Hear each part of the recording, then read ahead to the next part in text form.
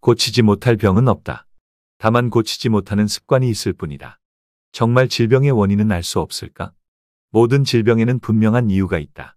그렇다면 왜 건강을 회복하기가 이토록 어려운 걸까? 바로 우리의 습관이 잘못되었기 때문이다. 우리 몸은 결국 얼마나 건강하게 먹느냐에 따라 달려있는 것이다. 오늘은 책, 의사의 반란을 통해 염증을 잡아주는 음식을 알아보고 건강을 위해 반드시 끊어야 하는 음식도 배워보도록 하자. 염증은 왜 생기는 걸까? 흔히들 신체의 한 부분의 통증과 함께 이상소견이 나타나면 염증 반응이 생겼다고 이야기한다. 그런데 염증이 무엇이냐고 물어보면 대답할 사람이 별로 없다. 우리 몸에서는 머리끝에서 발끝까지 염증이 생길 수 있다. 두피에 생기는 지루성 피부염에서 눈에 생기는 결막염, 코에 생기는 비염, 입안에 생기는 구내염, 귀에 생기는 중이염, 식도에 생기는 역류성 식도염, 위장에 생기는 위염, 손가락을 비롯한 관절에 생기는 관절염 등 우리 몸 곳곳에서 염증이 생길 수 있다. 염증의 세 가지 반응은 붓고 화끈거리고 통증이 동반되는 것을 말한다. 부어있는 곳 안에 들어있는 물질은 무엇일까? 대체 무엇이 들어있어서 탱탱 부어올랐을까? 그것은 혈액이다. 우리 몸은 세포로 구성되어 있다. 이때 손상된 세포를 버리고 새로운 세포를 만들어내는 세포분열이라는 과정을 통해 매일매일 회복되는 것이다. 필요한 에너지를 전달하는 것이 바로 혈액이고 혈액이 모이면 붓고 화끈거리게 된다. 바로 이때 통증을 동반하는데 여기서 통증은 다름 아닌 혈액순환과 관련이 있다. 이런 변화는 우리 몸에 이로울까, 해로울까? 혈류가 증가하여 혈액순환이 좋아지는 것은 분명 우리 몸에 좋은 것이다. 따라서 우리 몸에 생기는 통증 또한 분명 좋은 것이라고 생각할 수 있다. 그렇다. 우리 몸은 살아가는 동안 손상받기도 하지만 이런 손상으로부터 몸을 회복시키는 능력도 함께 갖고 있다. 하지만 만성염증을 방치하게 될 경우 심혈관 질환과 고혈압의 위험이 크게 증가하는 것은 사실이다. 그렇다면 염증 수치를 낮출 수 있는 음식에는 뭐가 있을까? 또 도대체 어떤 음식이 그렇게 건강에 안 좋은 걸까? 건강을 위해 딱 하나만 끊어야 한다면 그건 바로 설탕이다. 빨리 힘을 내려면 달콤한 것을 먹어야 한다는 말이 있다. 하지만 정말 그럴까? 미국의 예를 들어보겠다. 미국은 현대의학이 가장 발달하고 또 이끌고 있는 나라다. 그런가 하면 연간 의료비 수준이 상상을 초월할 정도로 엄청난 나라이기도 하다. 그런데 아이러니한 점은 미국인들의 평균 수명이 그렇게 높지 않다는 것이다. 전체적인 건강 수명도 높지 않아서 정치가들과 지도층 인사들을 골치 아프게 만드는데 여기에 한몫하고 있는 것이 바로 설탕이다. 미국은 의료비 지출도 세계 최고 수준이지만 설탕 소비량 또한 세계 최고 수준이다. 이걸 보면 설탕이 얼마나 건강과 밀접한 관련이 있는지 알 수 있다. 여기에는 유전적인 요소보다는 식생활 습관의 그 원인이 있다. 미국 내의 통계를 보면 수많은 인종 중에서 아시아계 인종들이 더 장수한다는 통계가 있다. 왜 이런 현상이 일어날까? 아시아계 인종들의 유전자가 장수 유전자이기 때문일까? 아시아인들이 주로 먹어왔던 곡식과 채소 위주의 식단이 우리 인간에게 훨씬 맞는 것이었기 때문에 같은 환경에 처해 있어도 다른 건강 상태를 보여준 것이다. 다시 말해 곡식과 채소 위주의 식단이 건강한 것임을 증명한 것이다. 과도한 설탕 섭취를 막기 위해 필요한 것이 좋은 소금이다. 하지만 자꾸 싱겁게 먹어야 한다는 주장 때문에 문제가 풀리지 않고 있다. 소금 없이는 아무리 좋은 음식을 먹어도 소화를 시키지 못해 에너지를 만드는 데 문제가 있다. 좋은 음식을 먹어도 힘이 생기지 않다 보니 당분 섭취에 빠져들게 된다. 우리 몸에서 충분한 에너지가 생긴다면 설탕을 멀리하게 된다. 바로 이것이 입맛이고 습관이다. 온 국민이 싱겁게 먹어야 한다고 외치면서 모든 요리에 설탕이나 감미료를 넣는다면 앞으로 많은 사람들이 질병에 노출될 것은 불을 보듯 뻔하다. 당장 집에 가서 찬장과 냉장고에 있는 식자재부터 정리해야 한다. 이때 설탕은 어떤 형태라 하더라도 다 버려야 한다. 그렇게 이야기하면 어떤 어머니들은 우린 설탕을 잘 안 쓴다고 대답하신다. 하지만 집안에 매실 원액이 있냐고 물으면 대부분 해마다 직접 만들어 쓴다고 말한다. 요즘 봄이 되면 나타나는 진풍경 중 하나가 마트마다 설탕을 쌓아놓고 판매하는 모습이다. 김장철에 김장을 담그는 것이 우리나라의 절기 행사이듯 매실이 나오는 때가 되면 집집마다 매실을 설탕에 절이는 것이 꼭 해야 할 일이 되고 있다. 매실뿐 아니라 효소라는 이름 하에 사냐초와 복분자, 오미자 등 다양한 재료로 설탕 절임을 하고 있다. 그 매실 원액은 무엇으로 만드는 것인가? 매실과 설탕을 1:1 비율로 만들어 사용하는 것 아닌가? 매실 원액도 예전에는 설탕이 없었기 때문에 소금에 절여 사용했다는 사실 알고 있는가? 우리가 언제부터 설탕으로 매실을 담가 만들어 먹었던 걸까? 옛날에는 비상상비약으로 매실을 사용했는데 그 방법은 매실을 말려서 약재로 쓰거나 달여서 사용했던 것뿐 다른 방법은 없었다. 이제부터라도 설탕은 모두 버려야 한다. 아까워하면 안 된다. 설탕이 들어간 음식이 집안에 있으면 그 음식을 만들기 위해 들어간 비용의 몇 배 이상으로 치료비가 든다. 건강하지 못한 몸 때문에 여러 가지 비용만 더 든다. 그렇다면 소금은 어떨까? 건강식 하면 누구나 저염식을 이야기한다. 싱겁게 먹어야 건강해진다는 절대적 믿음을 갖고 있는 것이다. 언제부터 이런 믿음을 갖게 되었을까? 2011년 11월 미국 고혈압 저널에는 음식을 싱겁게 먹었을 때 몸에 나쁜 콜레스테롤과 중성지방의 수치를 높일 수 있다는 연구 결과가 발표되었다. 이 연구를 보면 일부러 소금 섭취를 줄이는 것이 혈압을 조금 떨어뜨릴 수는 있지만 그 외 건강에는 별 도움이 되지 않는다고 이야기한다. 도리어 나쁜 콜레스테롤과 중성지방의 수치가 높아지고 동맥경화가 촉진되어 심혈관 질환의 위험을 높일 수 있다고 얘기한다. 소금 없는 음식을 먹으면 어떤 증상이 생길까? 좋은 음식이라고 여기는 생채소와 덜 조리한 음식을 먹을 때 맛있게 느껴지지 않았던 경험이 다들 있을 것이다. 심지어는 먹다 보면 메스꺼리고 느끼하게 느껴지면서 토하고 싶어지는데 그 이유는 바로 소금이 없으면 우리 몸에서 소화하기 어려워지기 때문이다. 아무리 좋은 식자재를 가지고 음식을 만들어도 간을 맞추지 못하면 맛을 못 느끼게 된다. 그리고 실제로 소화도 되지 않아 힘을 내기가 어렵다. 그러다 보니 빨리 힘을 내는 음식을 마구 먹게 된다. 하지만 이런 음식은 혈당을 높이고 우리 몸에 나쁜 콜레스테롤과 중성지방도 높이는 결과를 만든다. 때문에 채식을 하는데도 콜레스테롤과 중성지방의 수치가 떨어지지 않는다면 너무 싱겁게 먹고 있지 않은지 한번 돌아봐야 한다. 소금을 충분히 먹어야 한다는 이야기를 하면 대부분 하루에 얼마나 먹어야 하는지 묻는다. 그러면 병이 생겼을 때에는 균형이 깨진 것이므로 처음에는 아침부터 잠들기 전까지 하루 종일 소금을 입에 물고 있으라고 한다. 그렇게 소금을 먹어도 하루에 섭취하는 양은 한계가 있다. 진료실에 찾아온 환자들에게 처음 소금을 입에 넣게 하면 어떤 사람들은 맛있다고 하지만 대부분의 환자들이 짜다면서 뱉어내기 일쑤다. 하지만 그랬던 사람들도 하루 이틀 지나면서 소금이 이렇게 맛있는 줄 몰랐다고 말한다. 바로 그것이다. 그래야만 밖에서 사 먹는 음식이 얼마나 단 음식이었는지를 느끼게 된다. 예전에 맛있게 먹었던 식당밥이 너무 달다는 것을 느껴야만 식습관이 바뀌고 그럴 때 몸은 변한다. 결국 질병의 치유는 맛있게 느껴졌던 맛의 기호가 바뀌는 과정이다. 결론적으로 싱겁게 먹으면 나도 모르는 사이에 달게 먹게 되고 그럼으로써 많은 질병에 노출될 수 있다. 실제로 고혈압을 비롯하여 당뇨병과 고지혈증으로 인한 뇌졸중과 심근경색증은 모두 소금 부족에서 온 것이라 할 수 있다. 충분한 소금 섭취를 통해 올바른 입맛을 길들였다면 일어나지 않을 질병들이다. 그런데 식습관을 바꾸는 것이 왜 그토록 중요한 걸까? 온몸을 망가뜨리는 당뇨 합병증의 예시를 들면서 설명해 보겠다. 최근 당뇨병이 전염병 수준으로 번지고 있다는 기사를 보았다. 그만큼 우리나라 사람들의 식생활이 바뀌었다는 얘기다.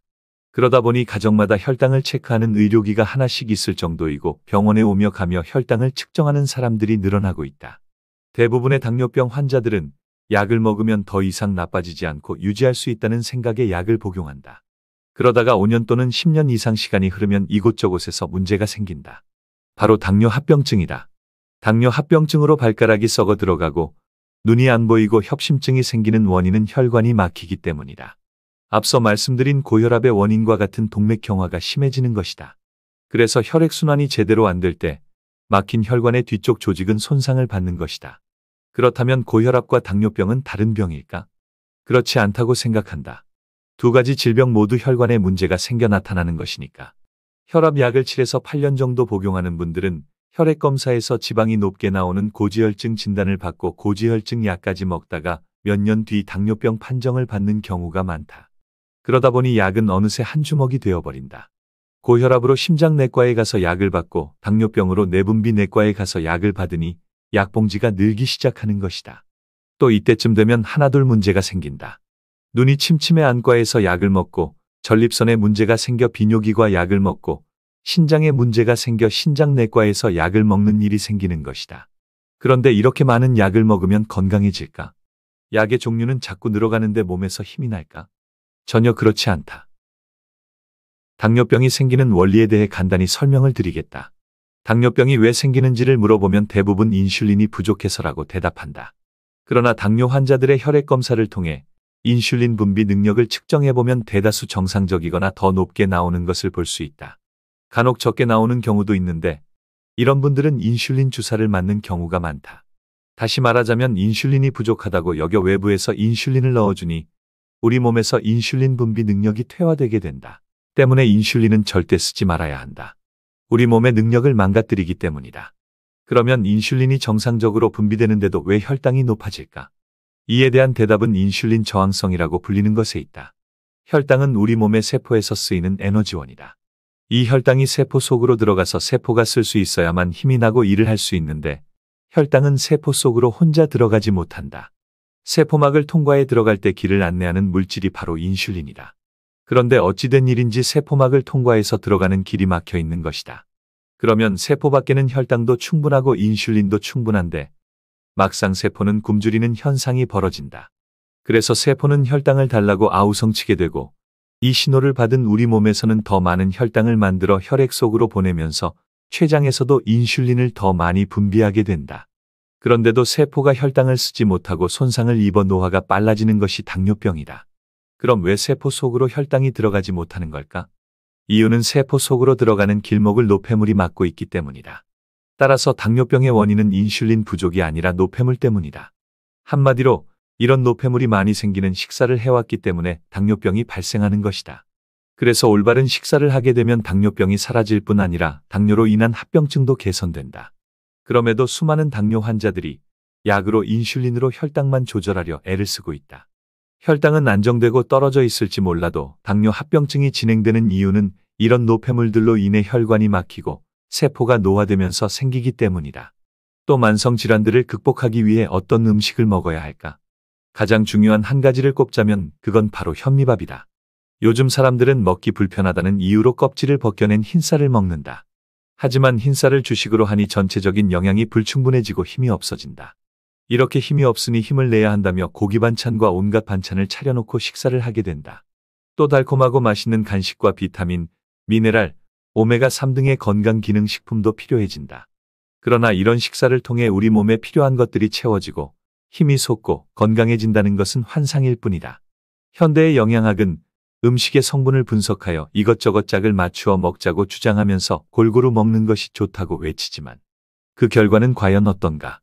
시간이 갈수록 만성질환 환자들이 늘어가고 수많은 종류의 약을 먹으면서 하루를 시작하는 사람들이 늘어가고 있다. 이렇게 바뀐 가장 큰 이유는 매일 먹는 밥에 대한 우리의 생각이 잘못되어 있기 때문이다. 많은 사람들이 다양한 음식을 골고루 먹어야 한다고 생각하여 반찬의 양과 종류를 늘리고 밥의 양은 줄이고 있다. 하지만 우리 몸의 소화기관은 한 번에 한두 가지 음식이 들어올 때 가장 소화력이 높다. 뷔페에 가서 화려하게 차려진 식탁을 둘러가며 이것저것 식사할 때는 행복한 느낌이 들지만 식사를 마치고 나면 소화가 안 되고 피곤하며 속이 불편한 경험을 해보았을 거다. 소화력이 높아지면 힘이 생기고 마음도 편안해진다. 그러려면 소박한 식단으로 우리 몸의 가장 균형을 이루는 완전한 먹거리를 제공해야 하는데 이것이 바로 현미밥 위주의 식단이다. 현미에는 우리 몸의 주 에너지원이 되는 탄수화물을 비롯해 단백질, 비타민, 미네랄이 들어있다. 또 장운동과 해독에 중요한 역할을 하는 식이섬유가 많아 가장 완벽한 주식이라고 할 수 있다. 현미는 그 자체만 완전히 소화할 수 있으면 다른 음식이 필요 없을 정도로 완벽한 주식이다. 그러므로 현미의 영양을 최대한 높일 수 있도록 꼭꼭 씹어 천천히 식사하는 것이 중요하다. 하지만 아무리 영양가 있고 좋은 먹거리도 같은 음식만 몇 끼니 먹으라고 하면 지루하고 식상해질 수 있다. 따라서 현미의 소화를 도와주고 현미밥을 맛있게 먹을 수 있는 반찬을 두세 가지 만들어 같이 드시기를 권한다. 병원에 오는 사람들은 영양 만점 통곡식인 현미가 차지해야 하는 자리를 다른 것으로 대체한 사람들이 대부분이다. 백미를 비롯하여 떡, 밀가루 음식, 고기나 과일, 생채소 한 접시, 고구마, 가공식품 등이 현미를 대신하고 있다. 모든 만성질환의 치유에 있어 첫 출발은 영양적으로 완벽한 현미를 주식으로 삼아야 한다는 데에서부터 시작된다. 사실 모두들 알다시피 나이가 먹으면 우리 몸에 불편한 증상은 여러 형태로 나타난다. 앞에서 말한 염증만 해도 혈액순환에 문제가 생겼을 때 혈류를 증가시키려는 우리 몸의 자연스러운 반응일 뿐이다. 그런데 문제는 불편한 증상이 동반된다는 점이다. 누구나 통증 등의 불편한 증상이 생기면 뭔가 잘못되었음을 느끼면서 걱정하기 시작한다. 평소 건강에 대한 관심이 없는 데다 전문가라는 의사들을 찾아가 봐도 우리 몸에서 왜 이런 반응이 생기는지에 대한 이야기를 들을 수 없었기 때문에 증상이 생기면 두려워하기부터 한다. 왜 생기는지를 알면 두려워하기보다 바꾸어 보려는 노력을 하겠는데 도통 어느 누구도 가르쳐주지 않는다. 그런데 잘 생각해보면 외상으로 다친 것이 아닌 이상 이런 불편한 증상은 누가 만든 것일까? 옆 사람이 준 병인가? 아니다. 현대에 만연한 만성질환들은 모두 자신이 만든 병이다. 질병의 원인은 자신에게 있다. 그래서 우리 몸에서 일어나는 증상은 괴로운 것이다. 괴롭지 않다면 누구도 잘못된 것을 바꾸려 하지 않는다. 오히려 괴로운 증상이 없는 사람들은 시간이 지나면서 돌이키기 힘든 상태까지 가는 경우도 있다. 가벼운 증상에서 견디기 힘든 증상까지 우리 몸이 스스로 만들어내는 이유는 나에게 신호를 보내는 것이고, 이런 신호가 생겼다면 무엇이 잘못되었는지 생각해보고 고민해야 한다. 그러면 의외로 쉽게 답을 찾을 수 있다. 살아가면서 자기 몸에 나쁜 것을 넣어줄 사람은 아무도 없다. 이왕이면 건강하게 해줄 음식을 먹고 싶어하고, 형편이 되면 유기농에 무농약의 식자재를 좀 더 비싸지만 사 먹고 싶어 한다. 그런데 문제는 그렇게 기대를 갖고 먹은 음식이 오히려 건강을 해친다는 사실이다. 이제부터라도 잘못된 생각을 바꾸고 생활 습관을 바꾸는 일이 필요하다. 그러기 위해서는 제일 먼저 어떤 경우에도 우리 몸은 살기 위해 변화한다는 사실을 믿는 것이다. 그리고 건강과 질병의 관계를 이해하는 것이 필요하다. 밤새 기침을 하고 열이 나면서 몸살을 겪을 때는 당연히 누구도 즐겁지 않을 거다. 하지만 이런 불편한 증상이야말로 우리 몸을 정상으로 되돌리려 할 때 생기는 반응이라는 걸 알아야 한다. 이제부턴 몸에서 일어나는 신호에 좀 더 귀를 기울여 보자. 그러면 어떻게 사는 것이 건강한 삶인지 당신의 몸이 알려줄 것이다. 우리 몸은 죽기 위해 변하는 것이 아니라 살기 위해 변하는 것이다. 지금까지와 글은 책 의사의 반란에서 가져왔다. 솔직히 고백하자면 나는 몸이 조금만 아파도 병원 쇼핑을 다니는 건강염려증 환자다. 그리고 그러던 어느 날 당뇨 전단계 진단을 받고 심란한 마음에 이 책을 찾아 읽게 되었다. 시간 관계상 전부 소개하지는 못했지만 이 책에는 건강을 지킬 수 있는 더 좋은 내용이 많이 들어있다. 다 말씀드리지 못한 게 아쉬울 따름이다. 이 책을 영상에서 소개하게 된 이유는 아프지 않고 오래 살고 싶다면 반드시 식습관과 생활습관부터 바꿔야 한다는 점을 알려드리고 싶었기 때문이다. 건강한 사람에게는 이 책이 질병 예방을 위한 필독서가 될 거다. 몸이 이곳저곳 아픈 분들에게는 이 책이 건강을 다시 회복하기 위한 지침서가 될 것이다. 생활습관을 고쳐 건강을 되찾고 싶은 분들은 책 의사의 반란을 종이책으로 읽어보는 것도 권해드리고 싶다. 고치지 못할 병은 없다. 다만 고치지 못하는 습관이 있을 뿐이다. 정말 질병의 원인은 알 수 없을까? 모든 질병에는 분명한 이유가 있다. 그렇다면 왜 건강을 회복하기가 이토록 어려운 걸까? 바로 우리의 습관이 잘못되었기 때문이다. 우리 몸은 결국 얼마나 건강하게 먹느냐에 따라 달려있는 것이다. 오늘은 책 의사의 반란을 통해 염증을 잡아주는 음식을 알아보고 건강을 위해 반드시 끊어야 하는 음식도 배워보도록 하자. 염증은 왜 생기는 걸까? 흔히들 신체의 한 부분의 통증과 함께 이상소견이 나타나면 염증 반응이 생겼다고 이야기한다. 그런데 염증이 무엇이냐고 물어보면 대답할 사람이 별로 없다. 우리 몸에서는 머리끝에서 발끝까지 염증이 생길 수 있다. 두피에 생기는 지루성 피부염에서 눈에 생기는 결막염, 코에 생기는 비염, 입안에 생기는 구내염, 귀에 생기는 중이염, 식도에 생기는 역류성 식도염, 위장에 생기는 위염, 손가락을 비롯한 관절에 생기는 관절염 등 우리 몸 곳곳에서 염증이 생길 수 있다. 염증의 세 가지 반응은 붓고 화끈거리고 통증이 동반되는 것을 말한다. 부어있는 곳 안에 들어있는 물질은 무엇일까? 대체 무엇이 들어있어서 탱탱 부어올랐을까? 그것은 혈액이다. 우리 몸은 세포로 구성되어 있다. 이때 손상된 세포를 버리고 새로운 세포를 만들어내는 세포분열이라는 과정을 통해 매일매일 회복되는 것이다. 필요한 에너지를 전달하는 것이 바로 혈액이고, 혈액이 모이면 붓고 화끈거리게 된다. 바로 이때 통증을 동반하는데, 여기서 통증은 다름 아닌 혈액순환과 관련이 있다. 이런 변화는 우리 몸에 이로울까, 해로울까? 혈류가 증가하여 혈액순환이 좋아지는 것은 분명 우리 몸에 좋은 것이다. 따라서 우리 몸에 생기는 통증 또한 분명 좋은 것이라고 생각할 수 있다. 그렇다. 우리 몸은 살아가는 동안 손상받기도 하지만 이런 손상으로부터 몸을 회복시키는 능력도 함께 갖고 있다. 하지만 만성염증을 방치하게 될 경우 심혈관 질환과 고혈압의 위험이 크게 증가하는 것은 사실이다. 그렇다면 염증 수치를 낮출 수 있는 음식에는 뭐가 있을까? 또 도대체 어떤 음식이 그렇게 건강에 안 좋은 걸까? 건강을 위해 딱 하나만 끊어야 한다면 그건 바로 설탕이다. 빨리 힘을 내려면 달콤한 것을 먹어야 한다는 말이 있다. 하지만 정말 그럴까? 미국의 예를 들어보겠다. 미국은 현대의학이 가장 발달하고 또 이끌고 있는 나라다. 그런가 하면 연간 의료비 수준이 상상을 초월할 정도로 엄청난 나라이기도 하다. 그런데 아이러니한 점은 미국인들의 평균 수명이 그렇게 높지 않다는 것이다. 전체적인 건강 수명도 높지 않아서 정치가들과 지도층 인사들을 골치 아프게 만드는데 여기에 한몫하고 있는 것이 바로 설탕이다. 미국은 의료비 지출도 세계 최고 수준이지만 설탕 소비량 또한 세계 최고 수준이다. 이걸 보면 설탕이 얼마나 건강과 밀접한 관련이 있는지 알 수 있다. 여기에는 유전적인 요소보다는 식생활 습관의 그 원인이 있다. 미국 내의 통계를 보면 수많은 인종 중에서 아시아계 인종들이 더 장수한다는 통계가 있다. 왜 이런 현상이 일어날까? 아시아계 인종들의 유전자가 장수 유전자이기 때문일까? 아시아인들이 주로 먹어왔던 곡식과 채소 위주의 식단이 우리 인간에게 훨씬 맞는 것이었기 때문에 같은 환경에 처해 있어도 다른 건강 상태를 보여준 것이다. 다시 말해 곡식과 채소 위주의 식단이 건강한 것임을 증명한 것이다. 과도한 설탕 섭취를 막기 위해 필요한 것이 좋은 소금이다. 하지만 자꾸 싱겁게 먹어야 한다는 주장 때문에 문제가 풀리지 않고 있다. 소금 없이는 아무리 좋은 음식을 먹어도 소화를 시키지 못해 에너지를 만드는 데 문제가 있다. 좋은 음식을 먹어도 힘이 생기지 않다 보니 당분 섭취에 빠져들게 된다. 우리 몸에서 충분한 에너지가 생긴다면 설탕을 멀리하게 된다. 바로 이것이 입맛이고 습관이다. 온 국민이 싱겁게 먹어야 한다고 외치면서 모든 요리에 설탕이나 감미료를 넣는다면 앞으로 많은 사람들이 질병에 노출될 것은 불을 보듯 뻔하다. 당장 집에 가서 찬장과 냉장고에 있는 식자재부터 정리해야 한다. 이때 설탕은 어떤 형태라 하더라도 다 버려야 한다. 그렇게 이야기하면 어떤 어머니들은 우린 설탕을 잘 안 쓴다고 대답하신다. 하지만 집안에 매실 넣어내기 있냐고 물으면 대부분 해마다 직접 만들어 쓴다고 말한다. 요즘 봄이 되면 나타나는 진풍경 중 하나가 마트마다 설탕을 쌓아놓고 판매하는 모습이다. 김장철에 김장을 담그는 것이 우리나라의 절기 행사이듯 매실이 나오는 때가 되면 집집마다 매실을 설탕에 절이는 것이 꼭 해야 할 일이 되고 있다. 매실뿐 아니라 효소라는 이름 하에 사냐초와 복분자, 오미자 등 다양한 재료로 설탕 절임을 하고 있다. 그 매실 원액은 무엇으로 만드는 것인가? 매실과 설탕을 1:1 비율로 만들어 사용하는 것 아닌가? 매실 원액도 예전에는 설탕이 없었기 때문에 소금에 절여 사용했다는 사실 알고 있는가?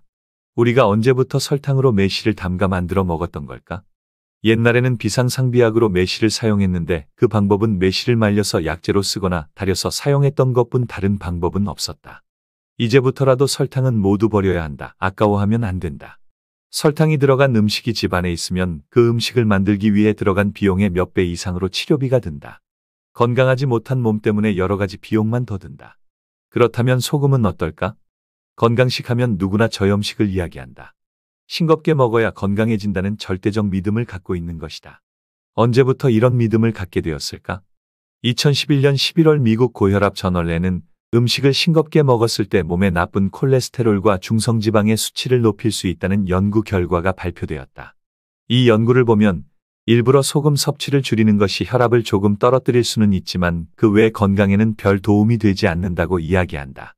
도리어 나쁜 콜레스테롤과 중성지방의 수치가 높아지고 동맥경화가 촉진되어 심혈관 질환의 위험을 높일 수 있다고 얘기한다. 소금 없는 음식을 먹으면 어떤 증상이 생길까?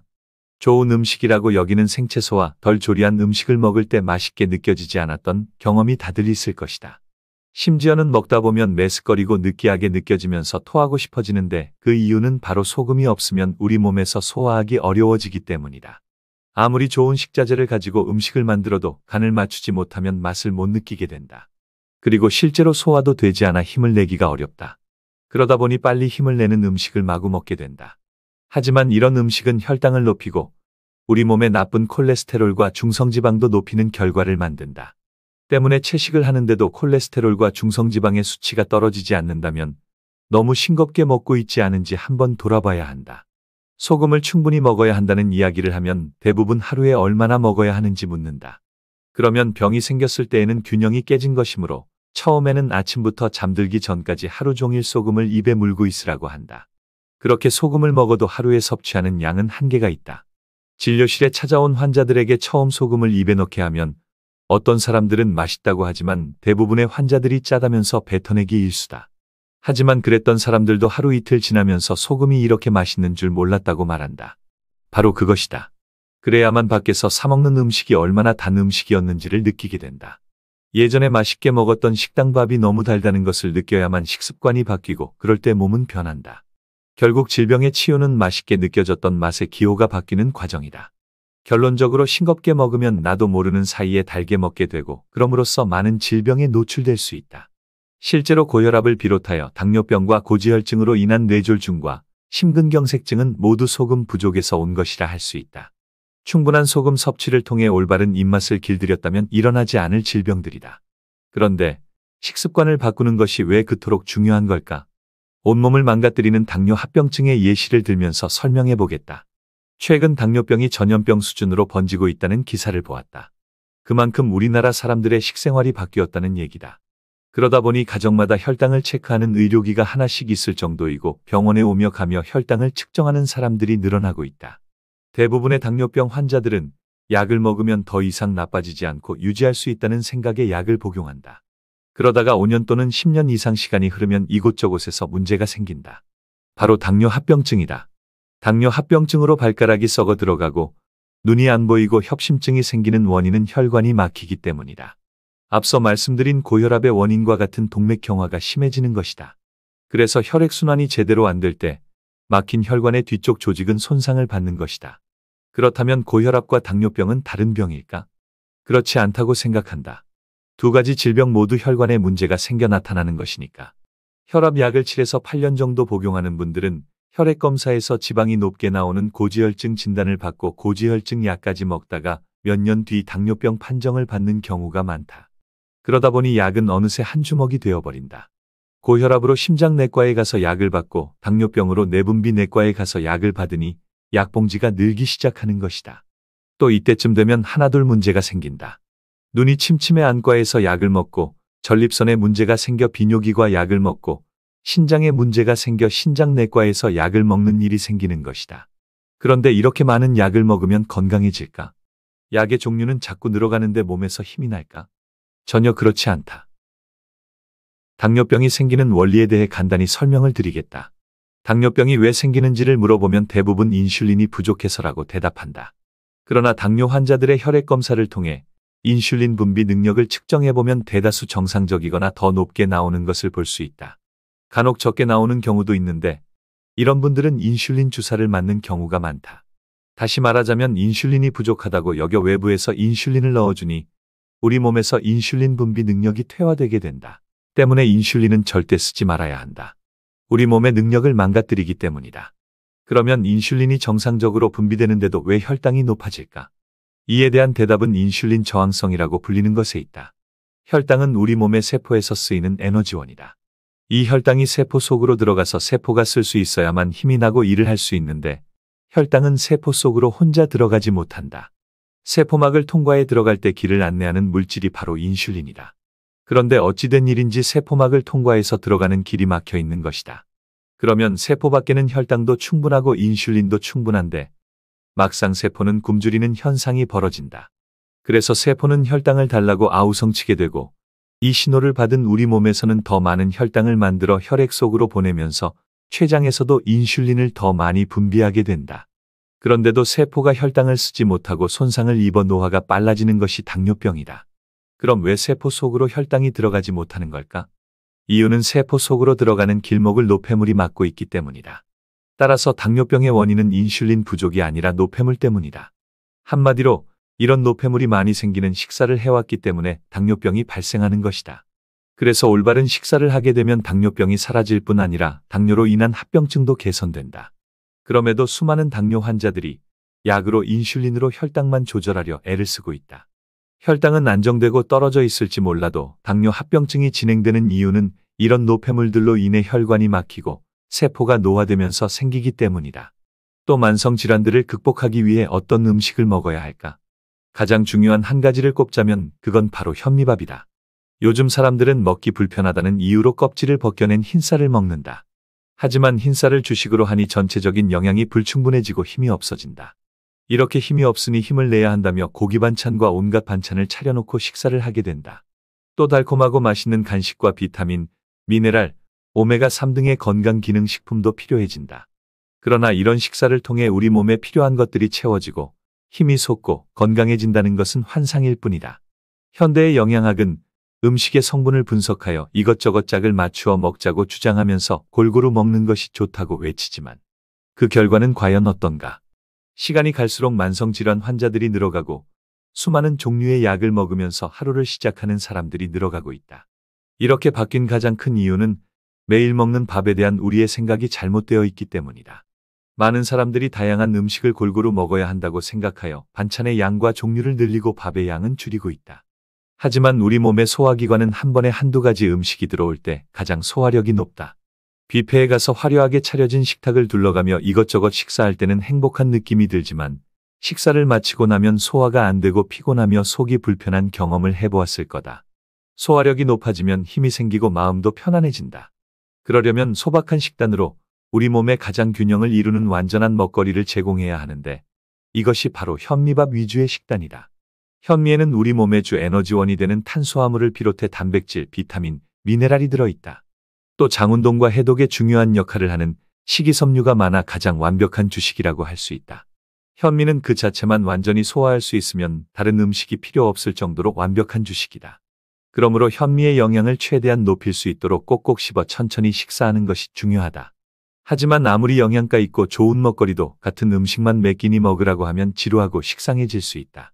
따라서 현미의 소화를 도와주고 현미밥을 맛있게 먹을 수 있는 반찬을 두세 가지 만들어 같이 드시기를 권한다. 병원에 오는 사람들은 영양 만점 통곡식인 현미가 차지해야 하는 자리를 다른 것으로 대체한 사람들이 대부분이다. 백미를 비롯하여 떡, 밀가루 음식, 고기나 과일, 생채소 한 접시, 고구마, 가공식품 등이 현미를 대신하고 있다. 모든 만성질환의 치유에 있어 첫 출발은 영양적으로 완벽한 현미를 주식으로 삼아야 한다는 데에서부터 시작된다. 사실 모두들 알다시피 나이가 먹으면 우리 몸에 불편한 증상은 여러 형태로 나타난다. 앞에서 말한 염증만 해도 혈액순환에 문제가 생겼을 때 혈류를 증가시키려는 우리 몸의 자연스러운 반응일 뿐이다. 그런데 문제는 불편한 증상이 동반된다는 점이다.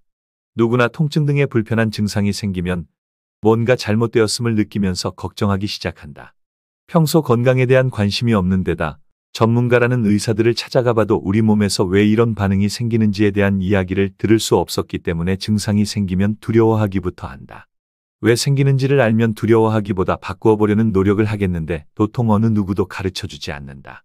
그런데 잘 생각해보면 외상으로 다친 것이 아닌 이상 이런 불편한 증상은 누가 만든 것일까? 옆 사람이 준 병인가? 아니다. 현대에 만연한 만성질환들은 모두 자신이 만든 병이다. 질병의 원인은 자신에게 있다. 그래서 우리 몸에서 일어나는 증상은 괴로운 것이다. 괴롭지 않다면 누구도 잘못된 것을 바꾸려 하지 않는다. 오히려 괴로운 증상이 없는 사람들은 시간이 지나면서 돌이키기 힘든 상태까지 가는 경우도 있다. 가벼운 증상에서 견디기 힘든 증상까지 우리 몸이 스스로 만들어내는 이유는 나에게 신호를 보내는 것이고 이런 신호가 생겼다면 무엇이 잘못되었는지 생각해보고 고민해야 한다. 그러면 의외로 쉽게 답을 찾을 수 있다. 살아가면서 자기 몸에 나쁜 것을 넣어줄 사람은 아무도 없다. 이왕이면 건강하게 해줄 음식을 먹고 싶어하고 형편이 되면 유기농에 무농약의 식자재를 좀 더 비싸지만 사 먹고 싶어 한다. 그런데 문제는 그렇게 기대를 갖고 먹은 음식이 오히려 건강을 해친다는 사실이다. 이제부터라도 잘못된 생각을 바꾸고 생활 습관을 바꾸는 일이 필요하다. 그러기 위해서는 제일 먼저 어떤 경우에도 우리 몸은 살기 위해 변화한다는 사실을 믿는 것이다. 그리고 건강과 질병의 관계를 이해하는 것이 필요하다. 밤새 기침을 하고 열이 나면서 몸살을 겪을 때는 당연히 누구도 즐겁지 않을 거다.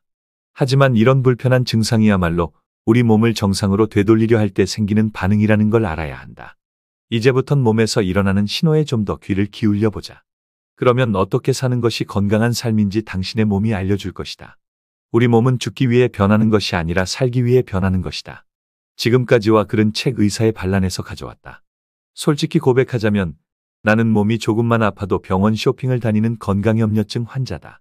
그리고 그러던 어느 날 당뇨 전단계 진단을 받고 심란한 마음에 이 책을 찾아 읽게 되었다.